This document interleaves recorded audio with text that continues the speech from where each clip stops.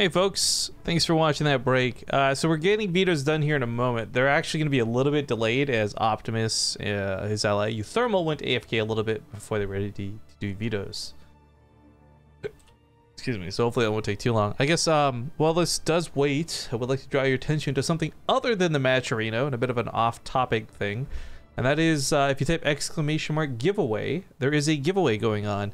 It's a Gleam.io link. It has everything to do with Luckbox, the temporary sponsor we've picked up. It is not something we're looking to do long term. It's just a 1 month thing. They're paying us some pretty good money. They're going to be putting some money into BTSL. So the prize pools for that are getting an extra $100 per tournament already, with the premise and promise for more if we get enough people checking out their social media links and basically going to all the links on the Gleam.io page. So if you want to do your duty, you don't have money to throw towards these tournaments, but you got a couple of clicks, just go check them out on Twitter, check out their Telegram, all the stuff that's linked on that page.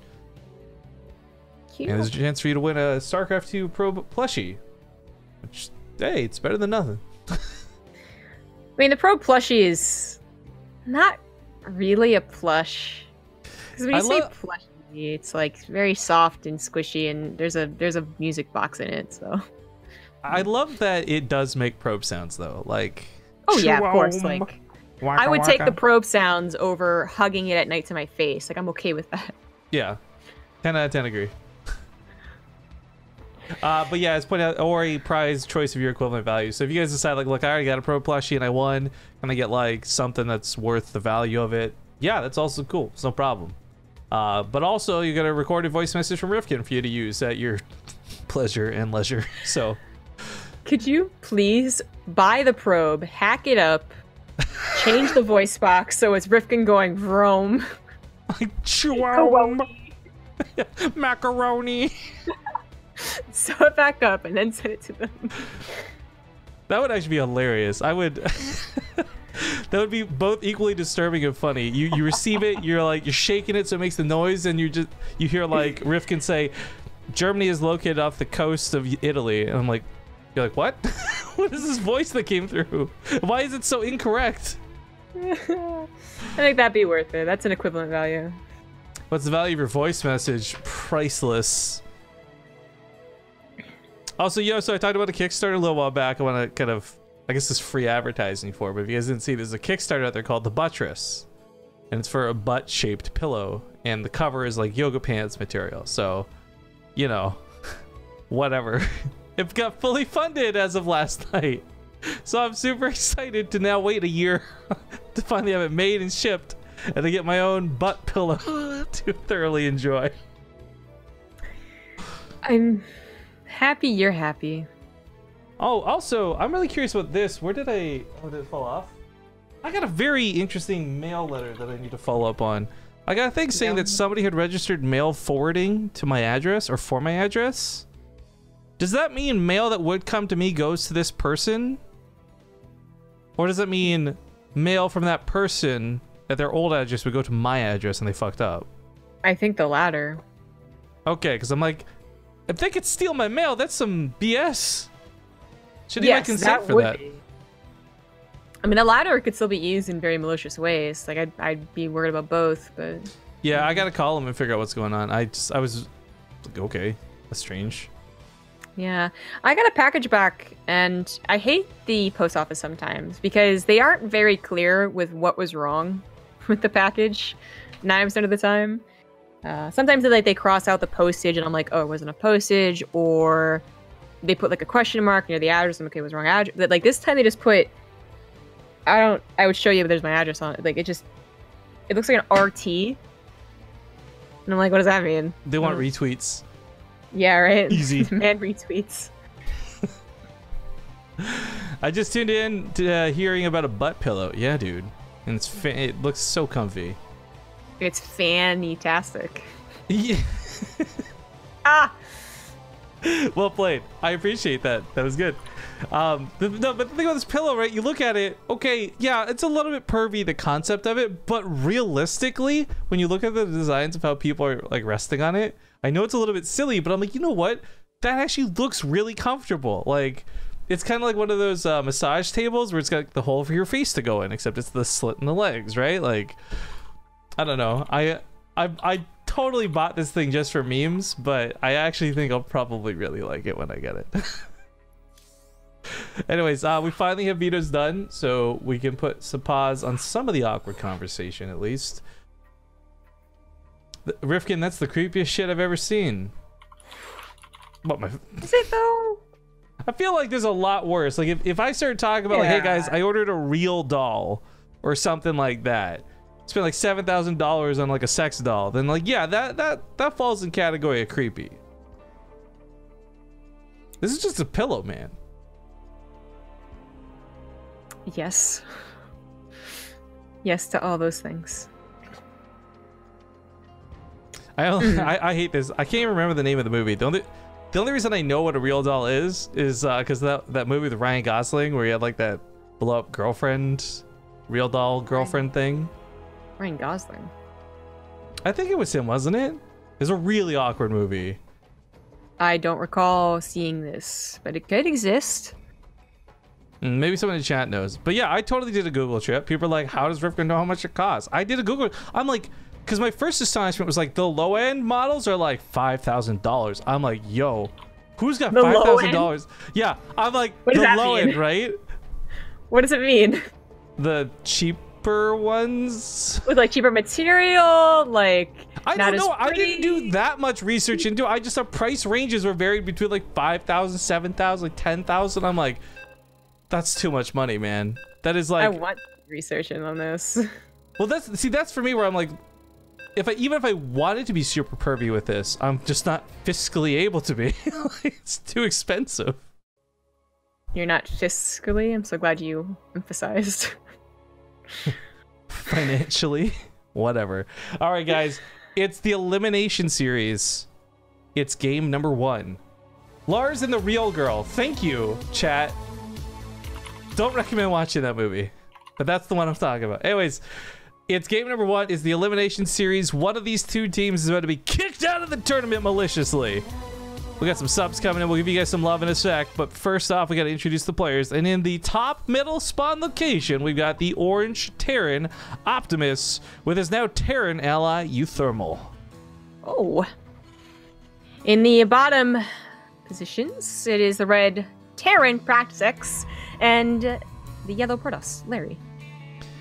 This is a pretty abusive map because you are segmented to your bases, so it's really easy to gang up and do some 1v1 stuff. I think this is more dangerous for a southern team though because of the danger of double Reapers possibly being a build choice. Ooh, that's a good point. We have not had double race so far. Zerg, Terran, Protoss. That was a triple race really when you think about it. A lot of Terrans in this game.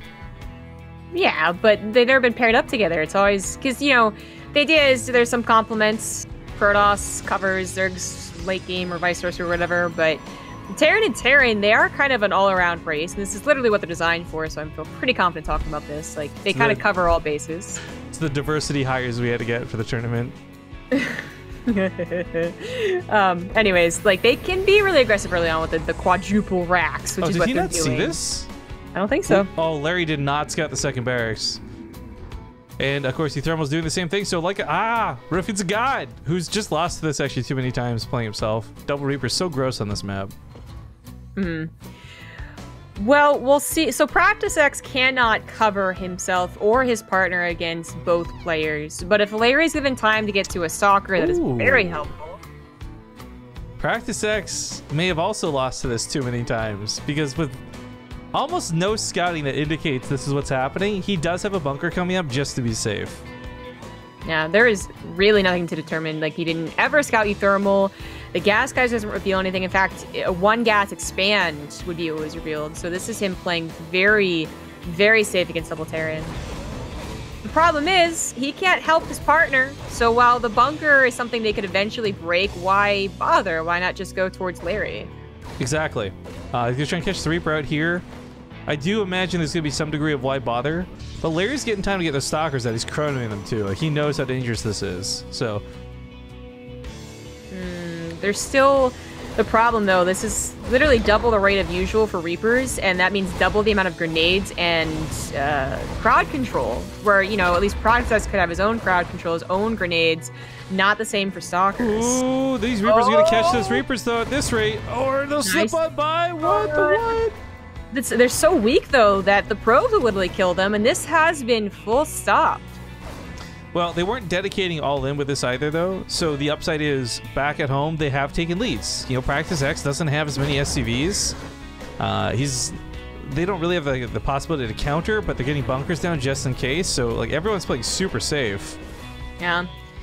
I mean, it's possible. Well, PracticeX definitely just was paranoid building that bunker, but Larry and PracticeX could have also been saying if they don't do something, double gateway, triple racks will be quite a good opener on such a short map. And they are now the ones that are looking very scary. It's going to be hard for Optimus to protect uThermal now going into Marines. His tech lab is at risk of dying, too. I don't think Optimus can protect uThermal. uThermal's just got to pull the boys here and hope Optimus gives him some money off that expansion he's going for. Cyclone pops out, and it's going to get focused immediately because it's right here against the Stalkers.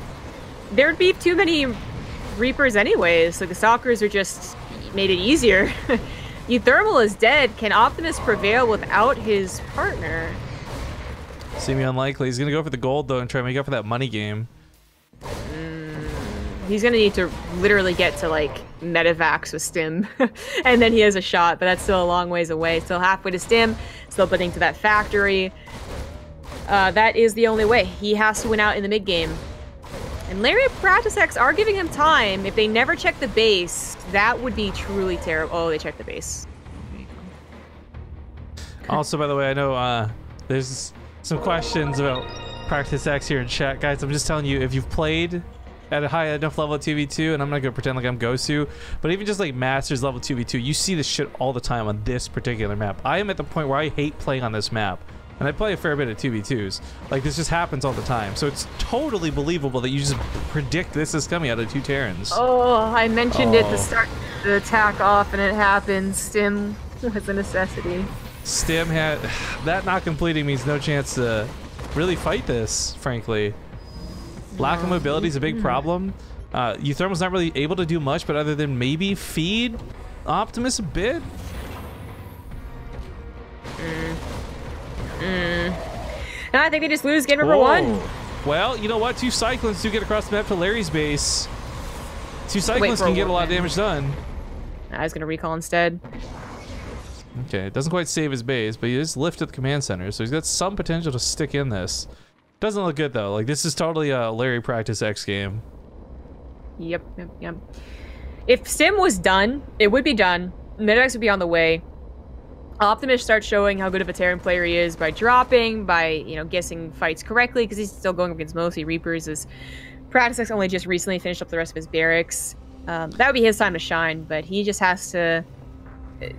He just has to sit there and wait. Well, we'll follow these Medivacs, see what they do. Gotta give some big love to Black Spade Kame, one of my favorite dudes in chat, taking 200 swings at the boss to say, here's some baby bits for another great cast. Thanks for tuning in, my dude. Diesel max power, still a bit boss, though. Larry pulls back. He wasn't really moving that far away from his base anyways. He knows the Medivacs are the powerful thing to do for Optimus, but even if they fully unloaded without Stim, it wouldn't have been that scary. I like the way Optimus tried to use his Cyclones to possibly cover the drop there, but obviously he doesn't have much power with just two Cyclones. Reaper sending to the top side, looking to kill some SCVs. uThermal takes the gold base. I mean, this kind of works out for a guy who's got no money to work with, but I just feel like anything uThermal makes this game is kind of a waste of money. He's too far behind attack. His production's never going to really catch up. He's a great 1v1 player, but 2v2 is going to fall a little short. The Larry and Practice are ready to go. The final attack is inbound. Steven got some tanks here. Yeah, there's not much to be done. uThermal's got a pretty nice drop, but unfortunately this does mean there's less at home to defend, so... Pros and cons, I guess. He's gonna kill combat shields. Okay, it's a feel-good win there, but... No Stim! Yeah, you are correct. No Stim. Exactly. Feels bad, man. Hey, Hojo the Super Clan, thank you for the 23-month resubs. As finally I can catch a live cast again. I miss you guys. Well, we missed you too. Thanks for coming back. Refusing to believe it. These guys are not Justin Beliebers. No. Well, it's always a little bit shocking too, because I mean, these are the, again, two pros who I think either of them could 1v1 Larry or PracticeX easily. Optimus and uThermal both absolutely fantastic, but yeah, 2v2, their map designs are broken, the tactics can sometimes be gross, and we saw them try and take advantage of it, fail, and then just get punished in the same way through the counter. Yeah.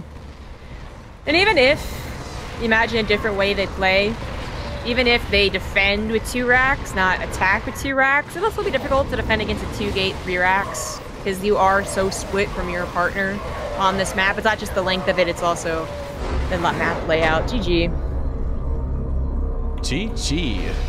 Larry and PracticeX taking it up 1-0 here in the elimination series. But keep in mind, even just winning this isn't enough. You still have to win another best of 3 afterwards.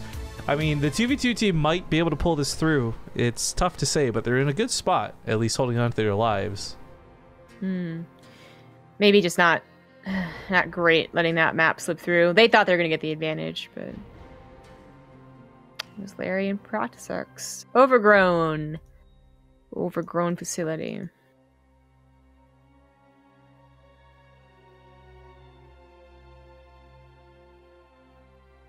All right, showing off you, save you a little bit of headache there.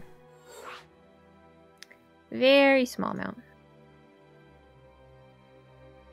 I guess we didn't really give many shoutouts for it, but it's worth noting, I think Damag is also, yeah, Damag has been casting a lot of games today with Braddock, so if you guys are fans of those dudes, check out, well, I don't speak Russian, so check out their streams though, if you're interested.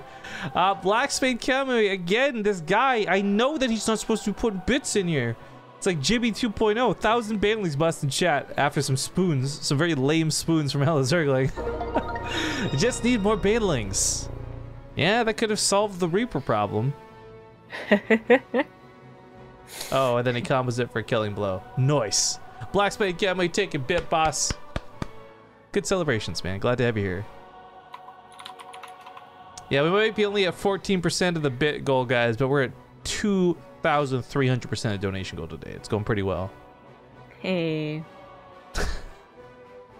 Anyways, I think players are... We just gotta wait for the other team to ready up. Larry and PracticeX. We'll get into it. Looks like they're good to go. Hopping into Overgrown Facility. Also, I'm really excited. I know you recently talked about getting a new keyboard. That's true. I'm not getting a different keyboard, but I am getting a new keyboard. My, I feel so sad, man. My Corsair K70 Rapid Fire.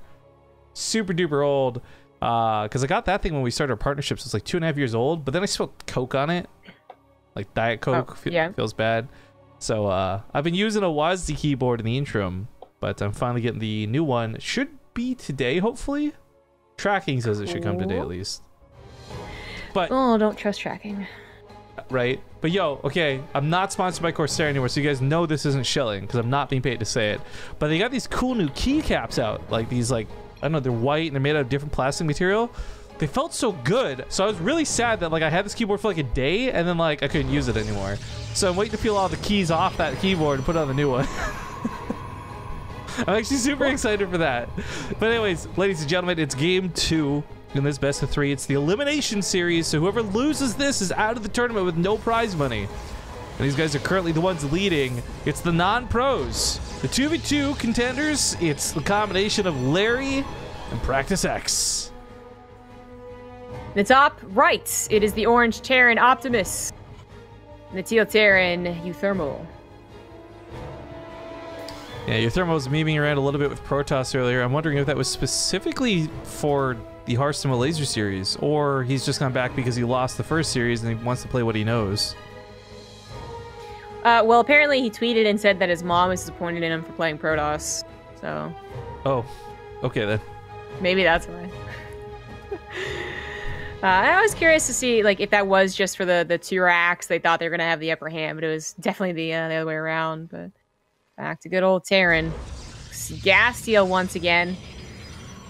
Oh bother. It's not. It's not a big deal if they're going for 1 base expand, because the second gas is really I mean, you do want it if you're going to go for a 1-1-1. That's you know what I was going to say is not totally correct, but you can make up for it by taking the natural gas.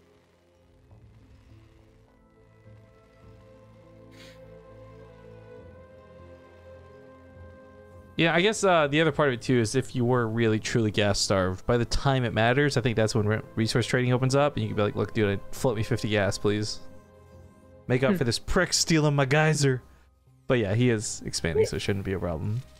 It's also a TVT and a TVP for uThermal and Optimus, and going for a barracks build instead of a 1-1-1 is legit. Versus, well, yeah, even versus Zerg. I mean, 2v2 is there's a whole new world of possibility. You don't have to stick to what is meta, which is definitely factory against Zerg, factory versus Terran. A little annoying with the Reapers, but shouldn't be too devastating. 2 Stalkers already pushing this off. Got 3 Reapers at a time coming out of PracticeX though. Ooh. This could be really bad. Optimus is going for a defense at the front that would stop most normal attacks, but not Reapers.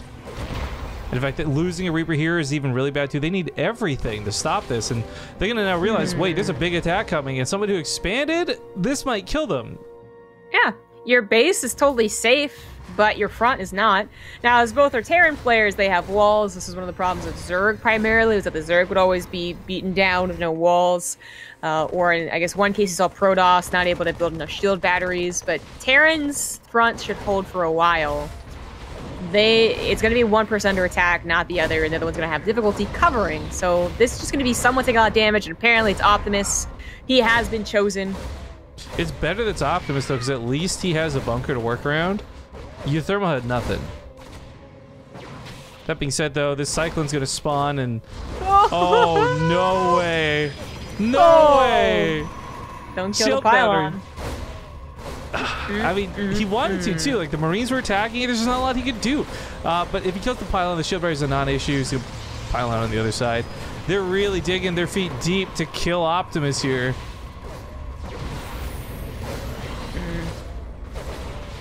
uThermal is coming over to help. And when their forces combined, maybe this is doable. Actually, I think it is. There's a lot of Marines there, too. Shield battery finishes, though. So, oh boy. It's a tough one to call when Oracle is following this up, and I don't think either the Terrans have anti-air in their mineral line. No, certainly not. Feels bad, man. Yeah, such dedication to the front, to the defense, and of course there's also the timer of Warp Gate. Larry does have Warp Gate already.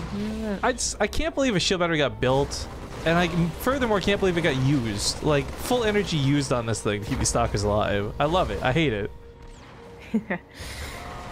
Oh boy, the Oracle wraps around and is going to continue killing Optimus. It would have also killed a lot of uThermals, but they just want to have one player entirely out of the game, I guess. Yo, this is so crazy and cool that this is going out like this. Now, Optimus and uThermal still have uThermal to fall back on for it, but man, this is Optimus more or less out of the game. Like, he kept 2 CCs alive. There's still SCVs. Sure, he'll be able to do mining, but everything for him is just so far. Like, he's not gonna have stim. He's not gonna have a tech lab. He's not gonna have a factory. Like, he's not gonna be able to mine. The Stalker is still out micro the Marines, and the shield battery, you know, occasionally getting energy. There's the warp-ins finally. Blink is halfway done. The Oracle could come forward and help the Marines. With it 3-shotting instead of 2-shotting SCVs now, it actually didn't deal as much damage as they thought it would with the SCV line. But there is just no mining here. And some good focus fire will take care of these Marines. But he's not. It's almost better that he targets the SCVs in a way, but... Oopsie. Oopsie with the Oracle. There you go. Yeah, this is Optimus dead in the water, man. Yeah, but uThermal is chugging along. He's got stim almost done. He's got his production. And, you know, PracticeX is kind of recovering, I think, from dedicating so much to Reapers. He's not quite matched uThermal. Yo. So Larry doesn't have defense at home, and uThermal is ready to go. Yeah, uThermal's got stim. Yo, uThermal actually has the potential. This is the time. If uThermal kills one of these players, I'm confident he's good enough to 1v1 whoever's left. And right now, yeah, this is Optimus still striking. He's only mining with mules, but if he passes whatever minerals he gets over to uThermal, helps uThermal's economy keep coming. I mean, here we go with the attack, and yeah, there's like a handful of stalkers, no shield batteries. 1 shield battery, excuse me. This is still complicated, but that The knowledge that this is on the way, the shield battery helping out. It was only a pylon really that was killed. Excellent defense, all things considered. I guess Optimus finally has room to breathe. But down to 6 workers. 2 mules, sure. But this is where I go back to timing. Like, for only a little bit longer in this game, uThermal's going to have a dominant army supply. Not like a little bit of a lead, but like a massive army supply lead. If he catches either of these players in a 1v1. But if it's 2v1, I think PracticeX has enough to contest this. He's even got upgrades going for him. +1. Yeah. It's true. uThermal is going to have one heck of a push to bring this game back, and he's going to be able to deny the oracles from scouting any further. Almost. Even then, getting one of the oracles is still really nice, considering that is about a third of Larry's army. Stalkers just walk into it. That's a mistake. Oof, that's hurtful. 3 stalkers, 2 almost dead. That would have been a nice amount to take on this tank. That tank is actually going to be huge for dealing with the marine attack if it comes from the backside, but uh-oh. Not coming to help his ally. PracticeX is going to go for a kill on possibly trying to break uThermal back at home. Well, that might be the correct call. Larry especially, man, if he hadn't lost those stalkers like he did, might have been able to eventually defend and chip through this. Well, more likely he'll defend long enough for PracticeX to do good damage. But the scan goes down uThermal's base, reveals a tank and a bunker, so he's just got to go back to Optimus. But Optimus isn't really the problem. I mean, it's great to make sure it's a 1v2. But I love how Optimus, like, he's the battlecruiser captain. A little bit of damage and he's like, abandoned ship. Like, everything lifts and he's already running away. He saw it. He saw the future. A tank is set up. This is really, really nice. The concave though was pretty good for uThermal, and he's gonna take a very good trade. But every time he stims hurts, the stalker, should they be kept alive, will be again eventually able to power through this. But at the same time, his base is dying. All of his production is dying. I like this drop on the backside. SCV's no, he getting doesn't into load. this. He stopped unloading. Oh no! Yeah, like half the he just literally stopped unloading. I don't think it would be enough if that was the case, but uThermal is holding on both fronts, and PracticeX, who's supposed to be the one to survive to match him, is throwing away a lot of important army. I really like the idea of Optimus trying to expand here, if anything, so that uThermal can cover him. He couldn't do that on the other side. He's just too far away. Also, a lot of criticism coming out for PracticeX in chat, and I'm not going to make excuses for him, guys, but keep in mind, Larry and PracticeX are a North American team playing over to Europe. I'm not going to say, like, messing up your medevacs like that. That's not lag, but there are going to be some lag things to consider, too. So take everything you're seeing here with maybe a grain of salt. Either way, they put up a hell of a show, and I think uThermal, the fact that this guy's about the 1v2 is so damn impressive. It is. Well, Larry, even though a lot of his production died and a lot of his army died, does still have 3 bases. That third was never focused. So triple Chrono Boost would bring him back in the game if PracticeX was able to buy time, but he is not going to be able to. A Liberator is the perfect thing to have here. Yeah, the Marines could have taken it on without the Liberator, and his bases are going to die, and uThermal has done it. The 1-1 for uThermal 2 guarantees that there's just no way PracticeX can fight this. Yeah. Wrong decision made, I suppose, to go across the map, because if he had all of his army together collected there, there's no way that uThermal breaks it so efficiently anyways. And Larry would be in the process of recovering. Yeah, uThermal just won 2 fights on the front and back at home, so in a very, very elegant 1v2. I can't believe Optimus is still expanding, by the way. uThermal has tied up the series for these guys, single-handedly. We have, I guess, PracticeX scanning? Seeing what he's got. Maybe there's not a third base, maybe there wasn't an army. Show me what you got. But the scans are usually GG scans. You see that they do have each of those and tap out. He decides not to, which... I think the thing here is Larry did manage to get 3 bases up. However, we look at the army supply right now, and it's 90 for uThermal, and like less than 50 combined for the other 2. Yeah, it really is if only. You know, if only PracticeX had defended in his main with 2 tanks instead of 1 at the third, that could have been very different in the trades. And then Larry's recovery might have been enough. But he tries and just gets obliterated. Really cool mention from chat, though, saying, like, can they just share control and basically make an R combo? And I think that's what's been happening, by the way, because uThermal and Optimus have had their Marines grouped up at home. I think one of them is controlling both of them. GG. All right, well, that's sick. We're going to go to the ace match. Things tied up now 1-1. The fate of these 2 teams, these 4 players, determined in the next game. We're going to play 2 minutes of commercials. When we get back, we'll get into said game. So sit tight, and we'll see you guys soon.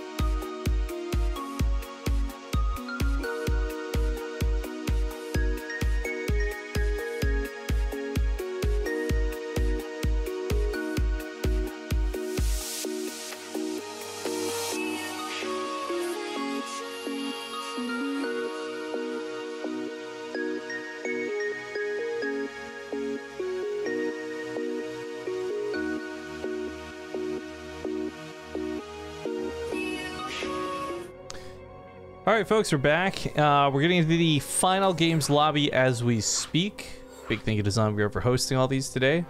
We did miss some shoutouts though, so big thank you to Braves for coming back 28 months in a row. Says there we go. Woo! I thought I lost all this because my credit card expired. Yay for 2v2 StarCraft. And then Messon or Mescon, messing up that name is what I'm doing. Thank you for the 25 months, 25 month-a-roos. Hey, thanks for coming back, dude. That's ace match time. Whoever loses this is out of the tournament. The out of the tournament. Out. Go down to the soup kitchen and use a couple of coupons. Soup. Soup? Soup? Coupons. All right. This is, of course, we still have 2 best of 3s behind us, guys. We got the winners match and the grand finals of the group to find out the 2 players who advance through. But this is, as mentioned many times now, the elimination series. One of these guys is out with no chance to make any prize money, but hey, everybody has given us a really good show today, so I've got no complaints. I'm rooting for both teams. All like unbiased crap. Really, go Larry and PracticeX. I was like, you didn't make that sound very convincing. All that unbiased crap. Top left side, we got the combination of the 2v2 pros, Larry and PracticeX. In the bottom right, as the orange Terran, it is Optimus. And the red Terran, uThermal. I know it's PracticeX, but shouldn't it be PracticeSafeX? Well, if you buy a real doll, it won't really matter. Oh, are we going back to this? I'll get back into this. Oh, no, I don't think you should get back into a real doll.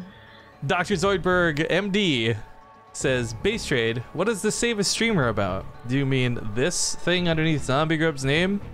Well, for as little as $1 a day, you can support a streamer, guys. And here on BaseTradeTV...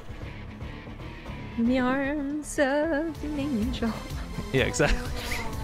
I was going to provide the background music while you continued. Man, more like the voice of an angel. You go, girl. Thank you, Jeeve, for the 31 months. Yo! Oh, man. 31 months. Love the 2v2 tournament. Hope you have more in the future. Dude, I just want to point out, I said it before, I'm going to emphasize it again. When people come in and they sub or they donate, it's your bits, and you say you want to see more 2v2 content.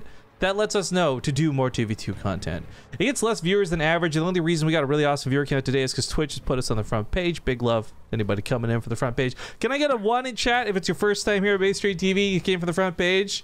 Just curious to see. But yeah, we don't normally schedule this stuff because we don't know what people want. We just assume people want regular StarCraft, regular 1v1s, regular group stages. So I love seeing messages like that, man. It gives us justification to do more. Then... I see terrorist threw $10 in to say BTC is down. Better invest in BTTV. Yeah, I'm having a hard time following this Bitcoin stuff everyone's freaking out about. Like, I understand that it's a volatile market, but man, watching it crash and burn, I have no understanding of why. So I'm like, okay, well, this sucks for you guys. I mean, I already have a difficult time with anything else above I get money and I pay taxes, so...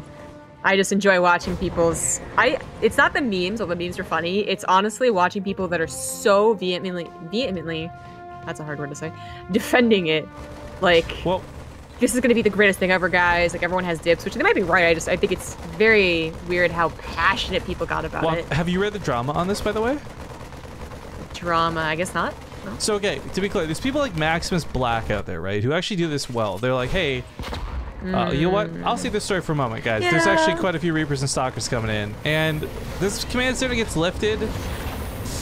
That's not so bad. Honestly, it's unfortunately delays building the orbital, but unfortunately, there are bunkers set up on both sides of this, so I don't know how much this will get done for Larry and PracticeX. Yeah, our defending Terrans really expected something like this because it is what they've been doing every single time. The first game was a gotcha because they had the better aggressive openers, but now that they know defending, Optimus and uThermal are having a bit of a better time. And this might come down to a situation where another Terran dies and then one lives, just like last game, but they should be better off anyways, even if they are crippled. They shouldn't be dead. Well, on top of that is golds, right? Like lots of golds, easier income, easier recovery. Oh, the Cyclones are cleaning this up. 2 Cyclones looking pretty good. Yes, he's got the surrounds too. Nicely but done. uThermal, he's cut down to 13 SCVs. Doesn't feel good, man. No, but it's better than Optimus's 6 on no golds. That's true, yeah. So, I think Optimus is starting to get his own workers cold a little bit, but, you know, they're both on 2 bases. They both already have a lot of production, too. There's a lot of other factors going into this game because they were prepared for this. So, I just want to finish off my statement because I'm fully aware what I say could be taken out of context in a bad way. I just want to clear that Maximus Black did it really well because he would always emphasize, do your own research, don't take me at my word, but here's what I've seen. And then he'd make a video about cryptocurrency. And that's great. And then he refers people and all this stuff. There's a lot of guys out there who are saying like, no, fuck everybody else. Listen to us, invest in this, buy this. They get referral money from it. They made like tons of money. And then now they've deleted like all their videos and evidence that they were doing this now that it's been the crash. Oh, okay. That's the drama. Gotcha. Anyways, lots of bits. We'll get caught up with this in a second. Love you guys so much. Larry set up a cool proxy gateway. I don't know why he did this because he had a warp prism coming, but either way, he's got 2 points to warp in from now. Yeah. Since they was so dedicated from Larry in PracticeX, it is important they have some type of fallback plan that includes some aggression, because fallback plan to just macro is going to be met and then some by Optimus and uThermal. So while this didn't work out nearly as well as last time, I don't put them in too terrible of a position. No, they I mean, just look at the worker counts. They're all pretty much even. Yeah, even the stim, well, yeah, even the stim, that's uThermal stim that was late. Even the stim's looking quite good. Larry's on his way to charge and Colossus, I guess, with the robotics bay. That's going to be tough, though, because Optimus is coming across the map with double drops. These are going to have stim. Can he protect himself long enough to get Colossus out? Charge is great. I love the idea of getting charge out, and Zealots are very strong. Obviously, throw that Guardian Shield on top of it, sure. But Larry has nothing to really work with, and I feel like kiting around this should be fairly easily for our Orange Terran, who's very well versed in playing Bio. Yeah, and 7 more Zealots or 1 more Colossus, and sure, but that's not all ready to go yet. Easy peasy, lemon squeezy, and then you go the pylon too. Oh, maybe not. He probably can't take on the Marines. Oh, he's getting really greedy staying there. Oh. Well, it's just weird because he picked up and then still tried to target fire. PracticeX is giving chase. It's actually not something you necessarily want to do, but he does have more units. He just doesn't know it for sure. That's a lot of dead space. You could just stay there, uThermal or Optimus. Yeah. Boost. Okay, so cleaned up, but this is not a great sign for Larry, who, I mean, I guess you really look at it, it was 100 gas for the Century, and minerals are meh. He's finally on his way to Colossus, which is much more important. Yeah, but his army composition is going to really be a handful of things here. Like, what, Colossus, a couple of Stalkers in that Warp Prism. It's not much. If Optimus uThermal control their army well, they split and they attack at the same time, oh, they'll absolutely take on PracticeX. And PracticeX actually, I don't know, he's not staying back, so he's not going to be protected by his ally. He's not going to have cover from the Colossus on the backside. You know, you are facing 2 Terrans, and a Doom drop is becoming more possible as the medevac count grows. It's uThermal going for a regular drop into PracticeX's base, and then Optimus going for what you call a Doom drop, quadruple drop into Larry's. He could even drop on top of the Colossus to have an ultra-effective shutdown. And he probably should drop on top of the Colossus. He's just not going to do it. All right. And equally so, uThermal's drops are deflected. Still, though, the fact that they're putting pressure on these guys is good. It means they're not moving out, they're not attacking, so it gives Optimus and uThermal a lot of freedom back at home. But oh, he finds some dead space, okay. Zombie Grub. I really don't know if, like... So the concave's gonna work out. I also think that dragging and dropping would have worked out, but either way, could have had a bigger concave, some good Guardian Shield usage there, and the Colossus micro back. Nice defense from Larry. Actually, this was really cool on PracticeX too. He had started building those turrets after the medevacs were gone. uThermal was hoping to use that opportunity to get in there as, you know, the army responded to Optimus, but Larry, you know, he defends at his side, PracticeX deflects on his side. These guys are in not too bad of shape. And the fact that the Colossus specifically were the ones that lived is really good for Larry. Larry is not swimming in money, although now he has a 3rd base, but you lose Zealots, but you keep Colossus, and you'll eventually have 5 Colossus, which with any buffer, with this partner giving him buffer, is going to be fantastic. Even finding Optimus on siege for a second longer than him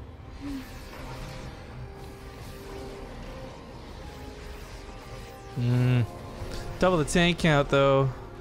And these tanks got really cool spiky blades on them, so you know, there's that too. Super important, obviously.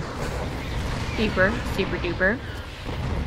Now Larry is sending a lot across the map. This is super dangerous to do with the Colossus. I talked about them needing fodder to protect them. And a couple of Stalkers isn't really what I was talking about, but he's got that proxy warp in. He's got the warpers on a micro. And Optimus uThermal really are just rallying forward, so this is a big weakness on their part. Ooh, base trades in chat, East 1, East 2 if you got them, guys. That's what it's turning into. But maybe not. Hold your emotes. They actually start pulling back from this to deal with the Colossus. Which is the right move, but... Yeah, because they can take care of this. Now, as soon as Leia realizes that's happening, he just recalls that it's a net gain for teal and yellow player. He's getting greedy. He's getting real greedy. Recall. Just remember you have recall. Starship Troopers trying to recall. Okay. There we go.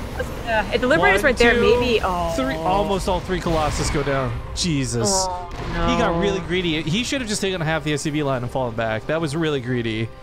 I totally agree. He'd have either forgotten, or maybe he thought the Colossus could take on the Marine-only force, because the Liberators weren't there originally. But that was greedy.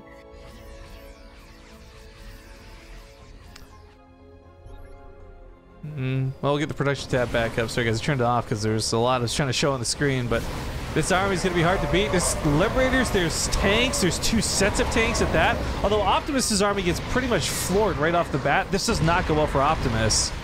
And the Liberators are just going to take advantage here. They're going to be great in TVT and the TVP. The soccer count never going to be there very large, and it's the only reliable way to take down those Liberators. Yeah, a couple Vikings being made, but it's really not many. Right. And even then, the Marines can stem under, and that would be totally worth to keep the Liberators alive. And I say that they're a reliable way, but Stalkers aren't even, not with the tank count still being pretty high for our Terrans. More Liberators coming from Optimus' side, so really laying it on thick here.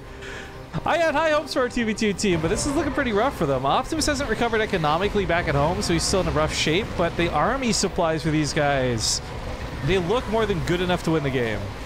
Yeah. Really got them pinned back now, and there's not... Okay, they're going to try into the counterattack, but instead of flying the units... Not all three, not all 3. Okay, just 2. But even that 2 medevacs full of units is rough. Yeah. Now, surprisingly, the Liberators are dying. The coverage of them hasn't been 100%. Going up a ramp, they can't take care of the Viking. But this now there's the overall numbers. Colossus aren't fighting. They're stuck on the high ground, all alone. Tanks still zoning some of this out. Remember, there's a lot of range on these siege tanks. And they kill PracticeX's main army. Look at these resources lost. uThermal's actually killing it so hardcore right now. Dude is playing out of his mind good. I only really registered that is Larry's base in the bottom left. It's yellow, not orange. Well, red and yellow make orange.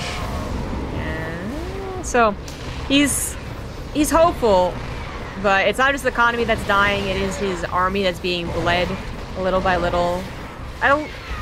Less of a rate than PracticeX's is, but still being bled. Bled drives in a recall over to his new Nexus and start a base trade, I hope. This is his only option, really. There's no point turtling there. PracticeX can't turtle up in his main not for very long. So yeah, there we go. He's gonna go for the attack. All right, warps in some Stalkers too. Use the last few warpins he has in his main. Good luck, Larry. I would love to hear the communication going on right now. And he's like, look, I have a wild idea that this Nexus is gonna finish. Bear with me. It's just so crazy it might work. What's funny is that perhaps if uThermal and Optimus is like they're really bad bringing their army home, the Liberators go forward, the tanks aren't siege, something like that, he could take a very good trade. I don't know, man. The Terran upgrades are actually so good. Larry has almost nothing. Oh, well, that was enough. Yeah, there we go. No positional advantage whatsoever when you're concave like that. That's game. Well, the 2v2 guys put up a hell of a fight. I mean, let's go back and reconsider that this was probably the harder group of the 2, and both the teams that Larry and PracticeX had to fight were like the pros of pros, and they took games off both of them. They brought them both to like the ace match. So big credits to these guys. These are like, this isn't Riffing just trying to be nice for the sake of it. Like, they legitimately played some tough people today, and for being relatively unknown, put up a hell of a show. Showed us some really cool 2v2 tactics. I hope if we do more 2v2 tournaments, we'll see them again. I was honestly afraid Optimus uThermal wouldn't adapt fast enough, but they really did in the nick of time.